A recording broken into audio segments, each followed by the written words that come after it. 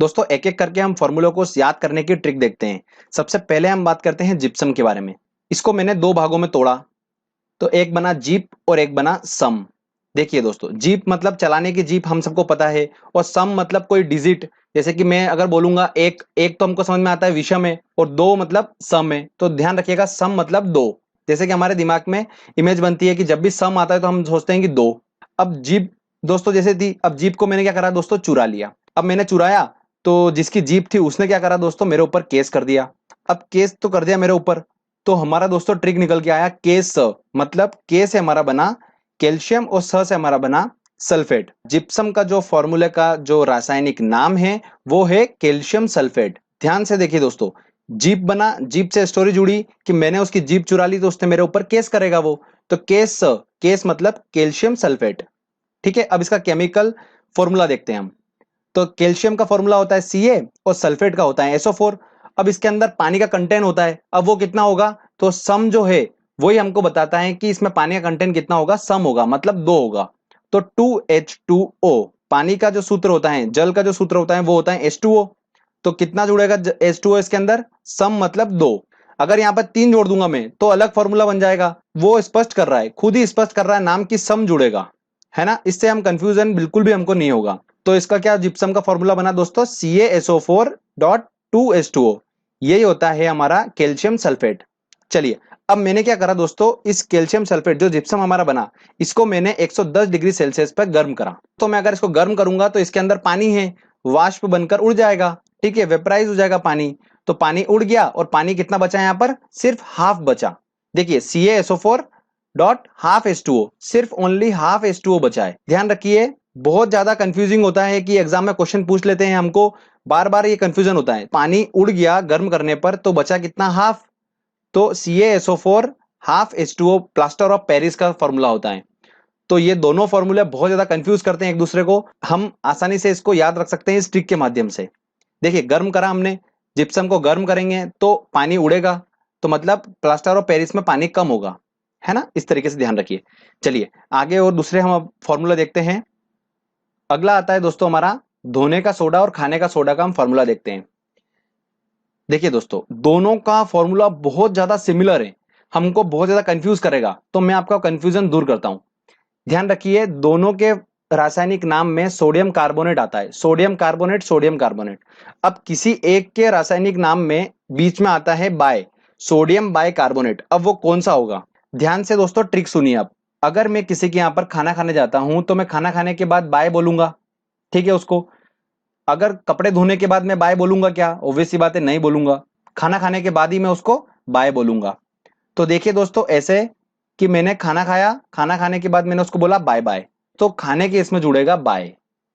ध्यान रखा आपने, धोने के इसमें बाय नहीं जुड़ेगा, सिर्फ खाने के इसमें जुड़ेगा, क्योंकि खाना खाने के बाद हम बाय बाय बोलते हैं किसी को भी। किसी के यहाँ खाना खाने गए तो खाना खाने के बाद क्या बोलेंगे, बाय बाय, अब मैं जा रहा हूं। तो सोडियम बाय कार्बोनेट जो होगा वो खाने का सोडे का फॉर्मूला होगा, और धोने का सोडा जो होगा वो सोडियम कार्बोनेट होगा। तो ये दोनों नाम बहुत कंफ्यूज करते हैं, तो आप इसको ध्यान रखिएगा। चलिए अब इनका हम देख लो, फॉर्मूला देख लेते हैं हम इनका। हम Na2CO3.10H2O और NaHCO3। अब आप जैसा कि देख रहे हैं दोस्तों यहां पर कि धोने का सोडा है, तो यहां पर मतलब पानी बहुत चाहिए। तो ऐसे ध्यान रखिएगा कि धोने का सोडा जो है उसके लिए धोना है कपड़े हमको, तो 10 बाल्टी पानी लगता है। तो 10 बाल्टी पानी लग रहा है, मतलब 10 पानी चाहिए हमको। तो H2O जो होता है वो पानी का फॉर्मूला होता है, मतलब 10H2O। तो ये किसका फॉर्मूला होगा दोस्तों, सोडियम कार्बोनेट का होगा। ठीक है, अब देखिए NaHCO3 लिखा है, मतलब इसके अंदर H जो है वो बिल्कुल बीच में घुस के बैठ गया, जैसे कि वहां पर बाय बैठा था। सोडियम कार्बोनेट के बीच में क्या हुआ, बाय घुस गया था। इसके बीच में क्या हो गया, Na और CO3 के बीच में H घुस गया।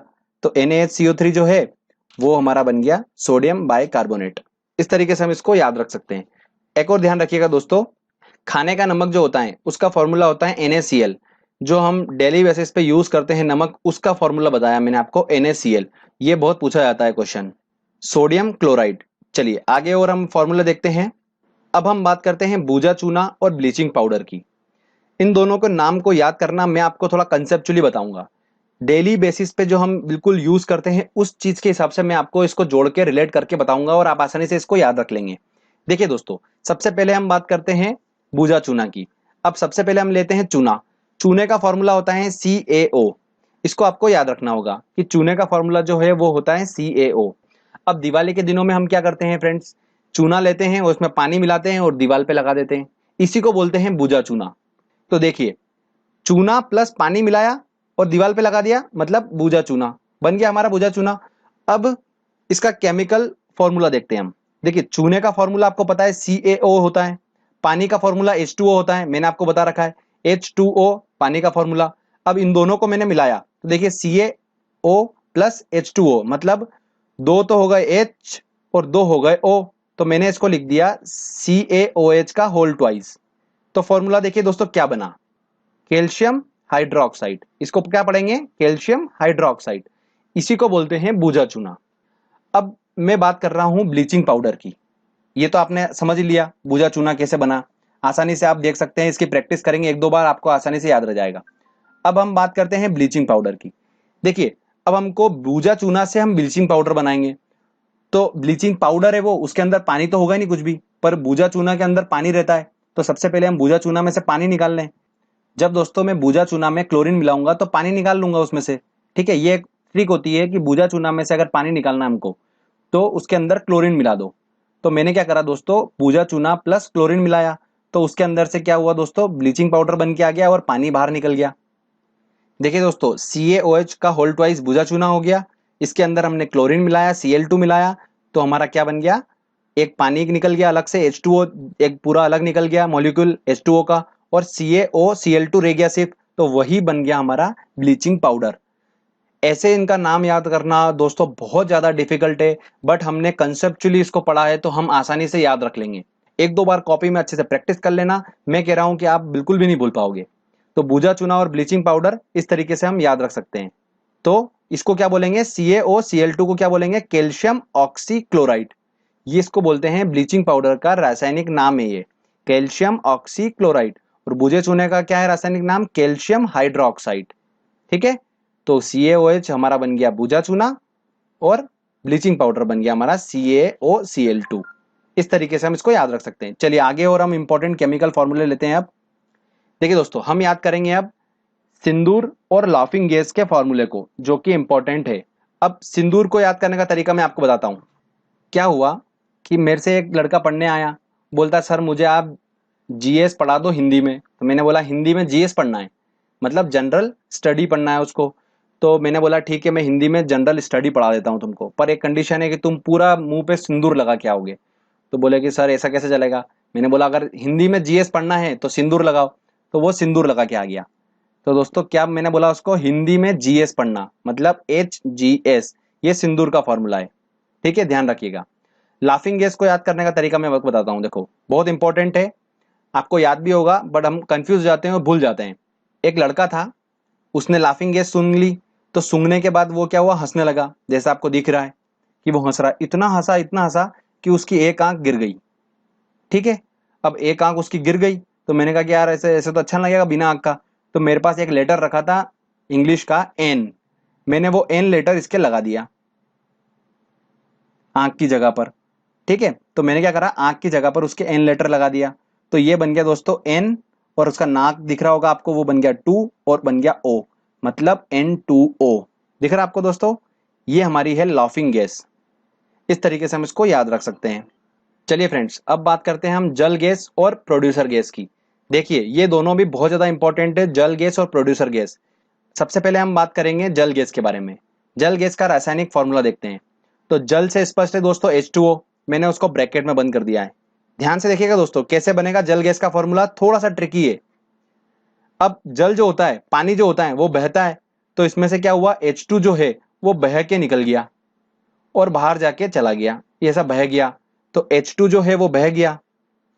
बहने के बाद दोस्तों क्या हुआ, देखिए आपको दिख रहा होगा, ध्यान से देखिए, ये बीच में जो ब्रैकेट का लगा होता है उसको मैंने बना दिया प्लस। तो अब फॉर्मूला क्या बन गया, CO plus H2, CO plus H2, यही हमारा जल गैस है। CO प्लस H2 को हम क्या बोलेंगे, जल गैस बोलेंगे। और जब मैं इस H2 की जगह N2 लगा दूंगा तो ये बन जाएगा हमारा producer gas. CO plus N2, ये हमारा हो जाए प्रोड्यूसर गैस। तो दोनों में कंफ्यूजन होता है कि CO प्लस H2 किस में आता है और CO प्लस N2 किस में आता है, तो हम आसानी से देख सकते हैं कि H2O का फॉर्मूला था, उसी से हमने क्या करा, ट्रिक के माध्यम से हमने बना लिया। चलिए इन दोनों को भी हमने अच्छे समझ लिया है। आगे हम बात करते हैं दोस्तों फिटकरी की। अब ये फिटकरी का फॉर्मूला याद करना तो पॉसिबल नहीं होता है दोस्तों, कंफ्यूजन होता है बार बार हमको। तो ऐसे ध्यान रखिए कि सबसे लंबा फॉर्मूला है, आपको अलग से 4 ऑप्शन में दिख जाएगा और इसका नाम भी बहुत लंबा होता है, पोटेशियम एल्यूमिनियम सल्फेट, K2SO4.Al2SO4 का होल थ्राइस .24H2O। अब फिटकरी जो होता है, कभी कभी अगर मान लो कंफ्यूजन के लिए आपको बड़ा 2 फॉर्मूला दे दे तो ऐसे ध्यान रखिएगा कि फिटकरी जो होती है वो पानी को साफ करती है और उसको बहुत सारे पानी को साफ कर देती है, तो 24H2O मतलब बहुत ज्यादा पानी, ऐसे ध्यान रख लीजिएगा। अब दोस्तों मैं आपको एक इंपॉर्टेंट टिप्स बताता हूं जो बहुत ज्यादा इंपॉर्टेंट है, कैल्शियम सल्फेट। अब ये इसको नाम को देख के आपको क्या समझ में आ रहा है, कैल्शियम सल्फेट मतलब केस। और केस कब हुआ था, जब मैंने उसकी जीप चुराई थी, याद है। और जीप से हमारा बना था जिप्सम, तो जिप्सम कैल्शियम सल्फेट। जिप्सम का फॉर्मूला क्या होता है दोस्तों, CaSO4 2H2O। ठीक है, सम आता है उसके अंदर तो सम आता है। अब ऐसा कैसा सिमिलर एक फॉर्मूला और है, बट आपको वो कंफ्यूज करेगा बहुत ज्यादा। देखिए कौन सा, copper sulphate. Calcium sulphate, copper sulphate, ये हमको एग्जाम में बहुत ज्यादा कंफ्यूजन करेंगे, पैदा करेंगे। ठीक है, तो अब कंफ्यूजन हो जाएगा हमको बार बार, तो उसके लिए अब एक टिप्स सुन लीजिए ध्यान से।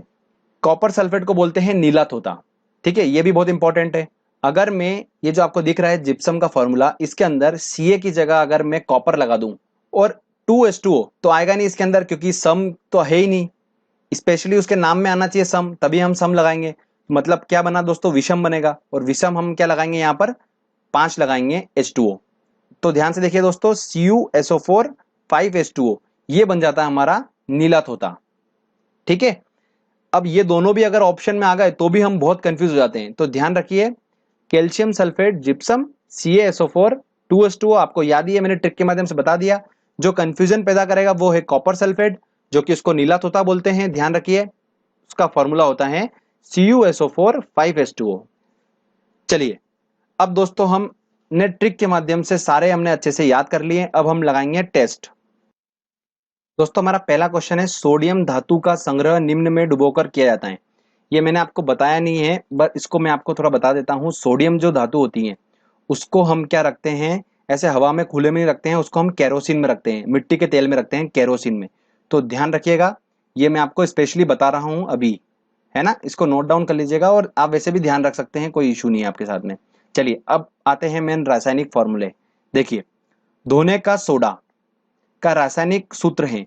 अब धोने का सोडा है दोस्तों, मैंने आपको बताया था कि 10 बाल्टी पानी लगेगा, क्योंकि धोना है हमको कपड़े तो बहुत पानी चाहिए, तो 10 बाल्टी पानी लगेगा। एक लोटा आपको बी ऑप्शन दिख रहा है, देख के हम समझ गए और ऑप्शन लगा दिया हमने, बी बिल्कुल सही है इसका। अगला क्वेश्चन है हमारा, साधारण नमक का रासायनिक नाम है।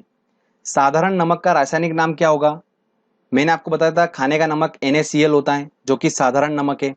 इस साधारण नमक का रासायनिक नाम NaCl, सोडियम क्लोराइड, मतलब ऑप्शन लगेगा इसका डी। चलिए आगे और इंपॉर्टेंट क्वेश्चन लेते हैं हम। अगला क्वेश्चन है हमारा, प्लास्टर ऑफ पेरिस का रासायनिक सूत्र होगा। देखिए फ्रेंड्स, प्लास्टर ऑफ पेरिस हमने कब बनाया था, जब हम जिप्सम को 110 डिग्री सेल्सियस पे गर्म करा था और पानी उड़ गया था। मतलब जिप्सम में 2H2 होता है, ठीक है, और हमने जब उसको गर्म करा तो पानी उड़ गया, मतलब 2H2O से कम वाला, मतलब हाफ H2O रह गया था, तो आंसर होगा इसका ए। अब कितना कंफ्यूजन है देखो इस चारों ऑप्शन में, मतलब जिसने अगर थोड़ा ट्रिकी देख रखा होगा तो वही सॉल्व कर सकता है, बाकी तो बहुत ज्यादा कंफ्यूज हो जाओगे यहाँ पर देख के आप। अब देखिए डी वाला ऑप्शन, ये CuSO4 5H2O कर दिया, ये नीला थोड़ा डाल दिया यहाँ पर, ठीक है। सी ऑप्शन में तो 3H2O कर दिया, और CaSO4 2H2O, ये जिप्सम का बी दे रखा था। तो हमने तो देखो ट्रिक से याद कर लिया, तो हमने लगा दिया ए, बिल्कुल सही होगा ये। अगला क्वेश्चन है दोस्तों हमारा, जिप्सम का रासायनिक सूत्र होगा। जिप्सम का क्या होगा दोस्तों, देखिए जैसे कि नाम में स्पष्ट है सम, तो सम होगा तो 2H2O वाला, तो बिल्कुल ये आंसर होगा इसका बी।